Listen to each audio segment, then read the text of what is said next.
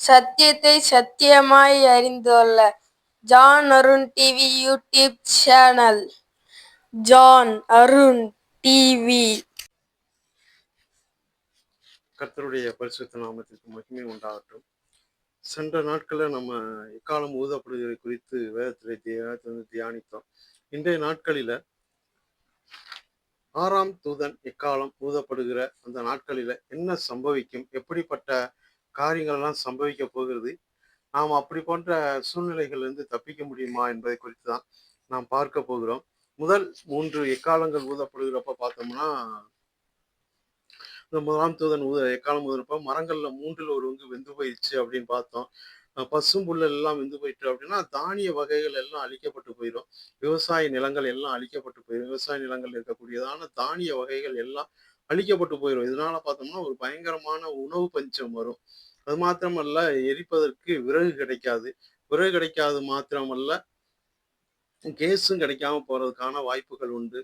நிறைய இடங்கள்ல பார்த்தோம்னா அந்த அக்கினி மழை பெய்யறதுனால பார்த்தோம்னா ஒரு சில இடங்கள்ல, ஏன் சொல்லப்போனா அந்த மழை பெய்யக்கூடிய எல்லா இடங்களுமே மின்சார டிரான்ஸ்ஃபார்மர்கள் எல்லாம் செயலிழந்து போறதுக்கான வாய்ப்புகள் உண்டு. செல்போன் நெட்வொர்க் கிடைக்காம போறதுக்கு வாய்ப்புகள் உண்டு. இது போல பெரிய பெரிய காரியங்கள் எல்லாம் நடக்கும் அப்படின்னு சொல்லி பார்த்தோம்.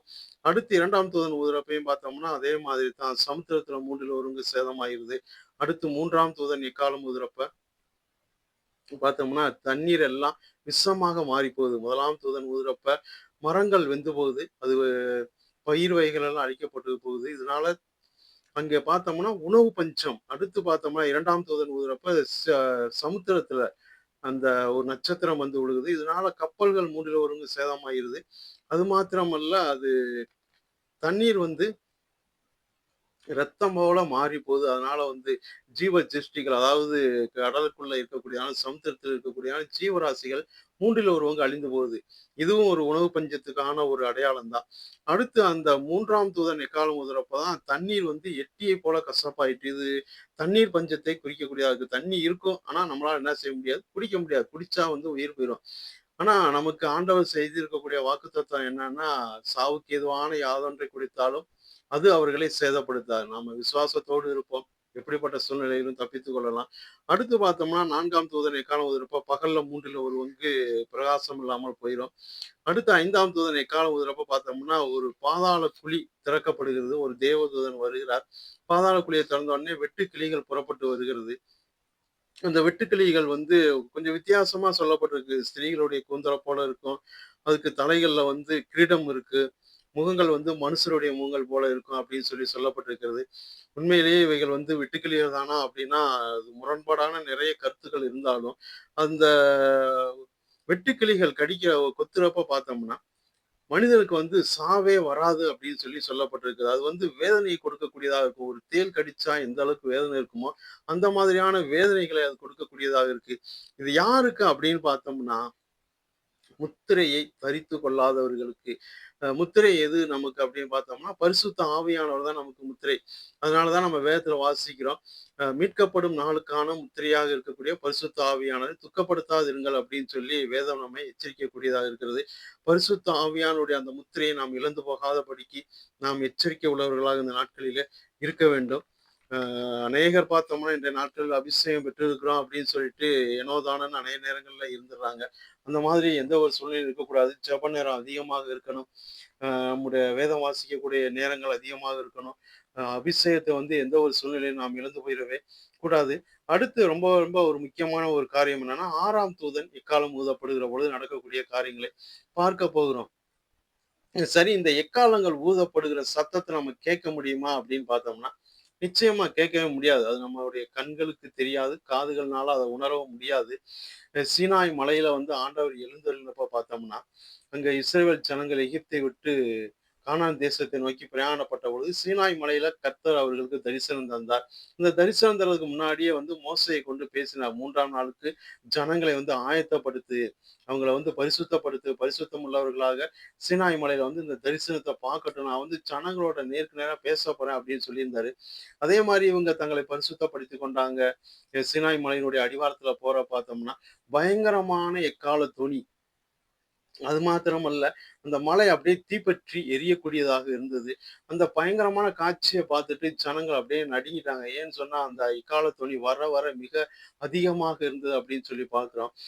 அதே போல தான் அந்த எக்காளம் ஊதப்படுகிறது அப்படின்னா, கர்த்தர் தம்முடைய அ கர்த்தர் ஜனங்களை தன்னை சந்திக்க வரும்படி ஆயத்தப்படுத்த சொல்லுகிறார் அப்படின்னு தான் நம்ம புரிந்து கொள்ளணும். இன்றைய நாட்களையும் பார்த்தோம்னா, இந்த எக்காளங்கள் ஊதப்படக்கூடிய நாட்களில இப்படித்தான் சம்பவிக்கும். இந்த காரியங்கள் சம்பவிக்கிறத பார்த்து தான், சரி இந்த எக்காளம் ஊதப்பட்டுச்சு அப்படின்னு சொல்லி நம்ம தீர்மானம் பண்ண முடியும். உலகத்துல பெரிய அளவுல வந்து கல்மழை பெய்யுது. அதனால நிறைய மரங்கள் எல்லாம் வெந்து போயிடுச்சு அப்படின்னா, சரி முதலாம் எக்காளம் தூதன் எக்காளம் ஊதிட்டாரு அப்படின்னு சொல்லி நம்ம புரிஞ்சுக்கணும். சமுத்திரத்துல இருக்கக்கூடிய தண்ணீர் சிவப்பா மாறிடுச்சா, சரி 2ஆம் தூதன் எக்காளத்த ஊதிட்டார் அப்படின்னு சொல்லி நம்ம புரிஞ்சுக்கணும். அவ்வளவுதான். இது எந்த காலகட்டத்துல நடக்குங்கிறத குறிச்சு நம்ம உறுதியா சொல்ல முடியாது. ஆனா ஆண்டவருடைய வருகைக்கு மிக மிக முக்கியமான அடையாளங்கள்ல இது ஒண்ணு. அநேகர் பார்த்தோம்னா, இது இப்பவே நடந்துரும், நடந்துகிட்டு இருக்கு. அர்மகதோன் யுத்தம் நடக்க போகுதுன்னு சொல்லிலாம் பிரசங்கம் பண்ணிட்டு இருக்கிறாங்க. அர்மகதோன் யுத்தம் இப்ப நடக்கக்கூடிய காரியமே கிடையாது. அடுத்து வரக்கூடிய நாட்கள்ல அத பார்ப்போம். நிறைய தவறான உபதேசங்கள் இருக்கிறது. நாம் எச்சரிக்கை உள்ளவர்களாக இருக்கணும். அதே போலத்தான் இந்த 6ஆம் தூதன் எக்காலம் ஊதப்படுகிற போகிறது நடக்கிற காரியங்கள். அ வெளிப்படுத்தின விசேஷம் 9வது அதிகாரம் 13வது வசனம். 6ஆம் தூதன் எக்காலம் ஊதினான். அப்பொழுது தேவனுக்கு முன்பாக இருந்த பொற்பீடத்தின் 4 கொம்புகளிலும் இருந்து ஒரு சத்தம் தோன்றி, எக்காலத்தை பிடித்திருந்த 6ஆம் தூதனை நோக்கி, ஐபிராத் என்னும் பெரிய நதி அண்டையிலே கட்டப்பட்டிருக்கிற 4 தூதர்களையும் அவிழ்த்து விடு என்று சொல்லக் கேட்டேன். அப்பொழுது மனுஷரில் 3 1 கொல்லும்படிக்கு 1 மணி நேரத்துக்கும், 1 நாளுக்கும், 1 மாதத்திற்கும், 1 வருஷத்துக்கும் ஆயத்தமாக்கப்பட்டிருந்த அந்த 4 தூதர்களும் அவிழ்த்து விடப்பட்டார்கள். இங்க பார்க்குறவங்க சற்று வித்தியாசமா இருக்கு. 4 தூதர்கள் 5 தூதர்கள் எக்காளம் ஊதி முடிக்கிறாங்க. 6ஆம் தூதன் இந்த எக்காளத்தை ஊதுகிறார்.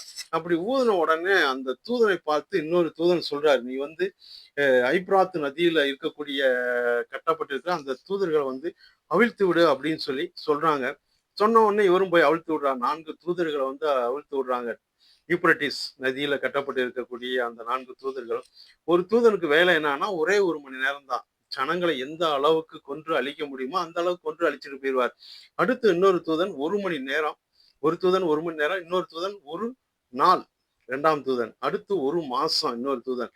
கடைசியா இருக்கக்கூடிய 4ஆம் தூதன் 1 ஆண்டு, 1 வருடம். அதாவது இந்த 4 தூதர்களும் ஜனங்களை அழிக்கும்படியாக வருகிறார்கள். இவர்களுக்குன்னு சொல்லி ராணுவங்கள் கொடுக்கப்பட்டிருக்கு. இந்த ராணுவத்தை பார்த்தோம்னா 20 கோடி அப்படின்னு சொல்லி சொல்லப்பட்டிருக்கிறது. இத சொல்லக்கூடியவங்க பார்த்தோம்னா, இது ஈரான் தேசம், ஈராக் தேசத்திலிருந்து வரக்கூடிய ராணுவத்தை குறிக்கக்கூடியது அப்படின்னு சொல்றவங்களும் உண்டு. ஆனா இங்க சொல்லப்படக்கூடிய காரியங்கள் பார்த்தோம்னா, யுத்தத்துக்கு அடையாளமாகத்தான் இது சொல்லப்படுகிறது.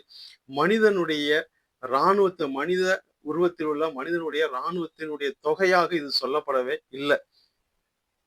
மாறா வந்து அங்க இருக்கக்கூடிய யுத்தத்துல பயன்படுத்தக்கூடிய ஆயுதங்கள குறித்து தான் சொல்ல முடியும். 17ஆம் வசனத்த வாசிக்கிறேன். வெளிப்படுத்தின விசேஷம் 9வது அதிகாரம் 17ஆம் வசனம்.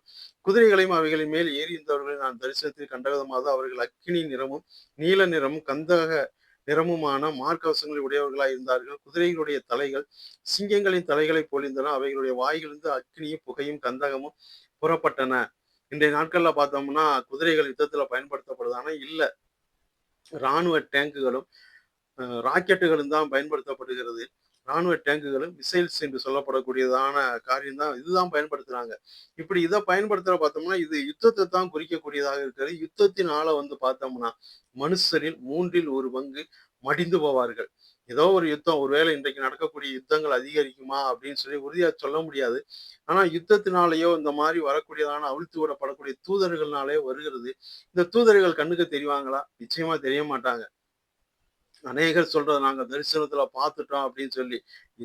இது ஏற்கனவே யோவான் சுவிசேஷங்களுக்கு, அதாவது இயேசு கிறிஸ்துவுடைய சீசனாக இருந்த யோவானுக்கு இது தரிசனத்துல காட்டப்பட்டது. இன்னொரு தடவை இன்னொருத்தருக்கு போய் ஆண்டவர் காட்டணுங்கிற அவசியமே கிடையாது. நிறைய பேர் என்னமோ வெளிப்படுத்தின விசேஷம் முழுவதும் இவங்களே எழுதுனது மாதிரி எல்லாம் பேசிக்கிட்டு இருக்கிறாங்க. அது போன்ற காரியங்களுக்கு நீங்கள் செவி கொடாதிருங்கள், எச்சரிக்கை உள்ளவர்களாக இருங்கள். இந்த காரியங்கள் நடக்கிறப்ப பார்த்தோம்னா, ஜனத்தொகை இங்கே குறைகிறதை நம்ம பார்க்கிறோம். அதை வச்சு புரிஞ்சுக்கணும். நிச்சயமா ஒரு யுத்தத்தினாலேயோ, கொள்ளை நோயினாலே ஏதோ ஒன்றுனால ஜனங்கள் அழிக்கப்படுகிறாங்க. முத்திரைகள் உடைக்கப்படுறப்ப பார்த்தோம்னா, அதுல 1/4 பங்கு ஜனங்கள் அழிக்கப்பட்டார்கள் அப்படின்னு சொல்லி பார்க்க முடியும். 4ஆம் முத்திரை உடைக்கப்பட்ட பொழுது 1/4 பங்கு ஜனங்கள் அழிக்கப்பட்டாங்க. இங்க 6வது எக்காலம் ஊதப்படுகிற பொழுது 3 1 பங்கு. அப்ப உலக ஜனத்தொகையில பாதி ஜனங்கள் அழிந்து போவார்கள். நல்லா கவனிச்சுக்கங்க. அங்க முதலாவது சொல்லப்பட்டது 4 ஒரு பங்கு, அதாவது கால்வாசி ஜனங்கள். இங்க 3 ஒரு பங்கு. அப்படின்னா உலக ஜனத்தொகை 800 கோடின்னு வச்சுக்கோங்களேன். இந்த 800 கோடினா முதல்ல 200 கோடி பேர் அழிஞ்சு போறாங்க. அடுத்து 3 பங்கு தான் இருக்கும். 600 கோடி இருக்கும். இந்த 600 கோடியிலையும் பார்த்தோம்னா இந்த 6ஆம் தூதன் எக்காலம் ஊதுகிற பொழுது இங்க 200 கோடி பேர் அழிஞ்சு போயிருவாங்க. 3 ஒரு பங்கு. அப்ப பாதி ஜனங்கள் அழிந்து போகிறார்கள். 400 கோடி அழிஞ்சு போறாங்க. இது தோராயமான ஒரு கணக்கீடு சொல்றேன். இது மாதிரியான ஜனத்தொகை குறைய ஆரம்பிக்குதா? கர்த்தராகிய இயேசு கிறிஸ்துவினுடைய வருகை மிக மிக சமீபம் என்பதை நாம் புரிந்து கொள்ள வேண்டும். கர்த்தராகிய இயேசு கிறிஸ்துவுடைய வருகைக்கு நாம் ஆயத்தப்பட்டவர்களாக இருக்க வேண்டும். பரிசுத்தத்தை காத்துக்கொள்வோம், விசுவாசத்தை காத்துக்கொள்வோம், விசுவாசத்தை விட்டு விடாது இருப்போம், விசுவாசத்துல வல்லவர்களாக மாறுவோம், பரிசுத்தத்திலே நாம் நிலைத்திருப்போம்.